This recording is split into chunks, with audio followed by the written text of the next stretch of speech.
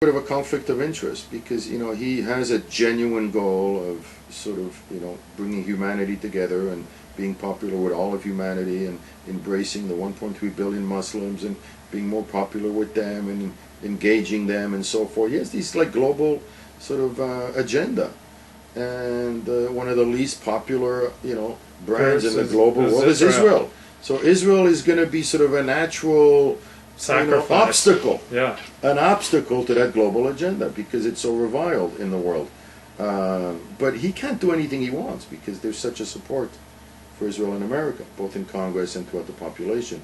And that's why you see, in the meeting that he had with Netanyahu is a reflection of the reality of the political situation, where if he goes too far in terms of hurting Israel, or disappointing Israel, or ignoring it in favor of some other goals, it'll come back to haunt him, and it did.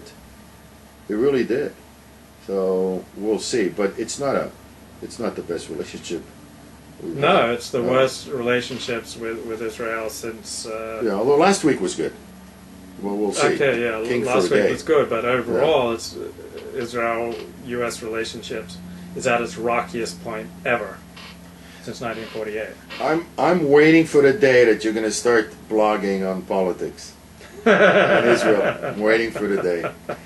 We all are. So, you ever going to get into it? No, it doesn't turn you on too much. It turns me on, but I don't feel like I can say it better than Charles Krauthammer and Dennis Prager and George Will. And they already say it so well that. Then you ought to curate them then. Yeah. Pick their best stuff and put it on. Why not? Yeah. I do think there's a Groundhog Day quality though to politics that gets corrosive and dull and boring and tedious, where you get the sense that there's no news. Right. That it's sort of circular. And if you have followed the peace process for the past 15 years, and you say they have been talking for almost 20 years. Right. Well, there's not going to be peace until the Arabs surrounding Israel make peace with it having a Jewish state. I don't see any prospect of that happening. For whatever reason, if whatever side you're on, if you just look at any negotiation for any subject whatsoever that goes on for almost 20 years and goes absolutely nowhere, in many ways goes backwards, you got to say there's something sort of inherently wrong with this picture. And hardly ever do you hear that because it's become a commodity. Like people use the peace process for personal agendas and countries' agendas. So there's a faux quality to the peace process, which makes it a tedious. I always figure I would hate to be a journalist covering the peace process. Nothing happens. And I don't think it has much meaning when there's such a dramatic moral gulf between the two parties. It's like covering a peace process between Joseph Stalin and like Finland, like this tiny defenseless country surrounded by this evil behemoth, genocidal tyrant Stalin. The countries surrounding Israel want to commit genocide. They want to wipe it out. They would like to put 6 million Jews to the sword. And there's just this gargantuan moral chasm between the quality of Israel and the quality of its enemies. And so the term peace process just drives me nuts because that's like connotes like two equal partners just trying to overcome their false impressions of each other. But Israel has very realistic impression of its genocidal neighbors, and like how can like a democratic, pluralistic, free, decent, good country like Israel have peace with its bloodthirsty, genocidal, child-sacrificing neighbors until those neighbors completely change the natures of their society? But it's a Jewish imperative to seek peace, to want peace, and that's why this thing goes on, because there's such a deep craving for peace, and it's Jewish. We crave peace, and that's why it goes on and on and on, because not to mention the obvious advantage of not having to occupy 2 million Palestinians so we can keep the Jewish nature of the state, but there are legitimate, genuine reasons to constantly seek peace. Unfortunately, the reality of human nature is sometimes the more you seek something, the further you get from it. So that part has been ignored. Yeah, the more Israel's being governed by leftists pursuing peace, the more suicide bombers and Well, but even attacks on the right, I mean, it was Sharon who pulled out of Gaza, and it was Bibi who did the Hebron and the Y agreement, and it was Rabin who did Oslo. These are traditionally right-wing guys. They always say that it's the right that's going to make peace, and it was Olmert who made the offers. I think it's a game, and you constantly have to keep the game going.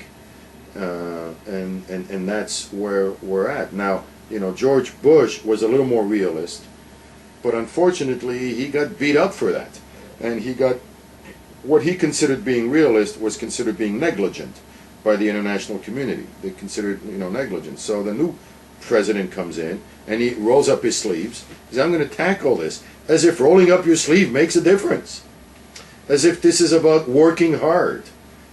As if creativity or working hard or energy or effort makes a difference. And we like to think effort makes a difference. But what happens if effort does not make a difference?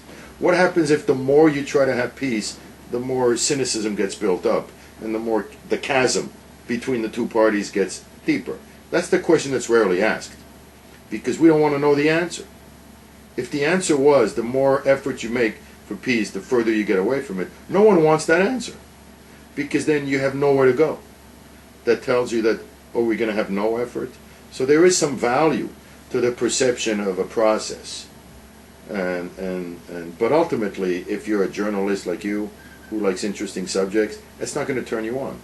That's for sure. It's not, because it's repetitive. In the meantime, Israel is under genuine threats, with or without a peace process. It's got genuine threats surrounding it, and the difference between the Jewish community in America and the Jewish community in Israel is they just feel those threats. They're much more vulnerable. They feel it. Yeah. They really feel it when they hear a story about Hezbollah having 20,000 rockets. That's a couple miles down the road. Yeah. So it's a whole different ball game there, and it's hard for us sometimes to sort of feel that and understand. That's why whenever there's a criticism for Israel that connects to security, that gets a little touchy for me, because we don't really know. Yeah, and particularly when rabbis start speaking out who have no training in matters of security start speaking out from the pulpit and from their position as a rabbi on how Israel should act in security matters when they have zero expertise in security matters. Yeah, that's tricky. That is just I agree. wrong. Yeah, that's like, I don't like when rabbis speak out on matters in which they know nothing, but they're using their rabbinic status in the pulpit as a bully weapon to spout matters of which they know nothing. Right. There was the guy from the Israel Project a couple of weeks ago. He said what people need to know the most, he says, is that Israel wants peace, because we've gotten so reviled that people forget that Israel does want peace. So he says, you got to get it out, and that's why I'm happy that there are so many Jews who keep saying we want peace, because we really do want peace. Whether we can have it in our generation, I don't know. Yeah, I don't know. And then peace is a beginning, not an end. So let's say we did have peace. It wouldn't solve our problems in Israel. It wouldn't solve the problems of the Haredi dominating the rabbinate and turning off 500,000 Russians who want to become Jewish and who are so turned off by Judaism. It has nothing to do with that. Yeah. And all the divisions in Israel and the tensions and so forth, I think this idea of putting the country on hold for a peace process is one of the biggest mistakes that Israel has made. It dominates their consciousness so much that the country's put on hold. It's this almost. Mika Goodman wrote a great piece on this. He says there is a utopian idea to Zionism that started from the Russian communist and the Russian utopian in the very beginning of the 19th century.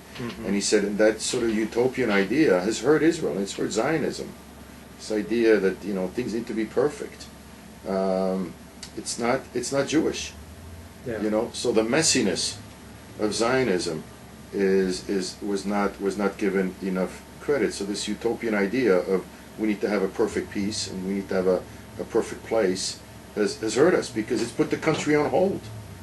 So we're not working on so many problems that they need to work on. whether it's on the educational system, environmentally, economically, socially, the separation between church and state, synagogue and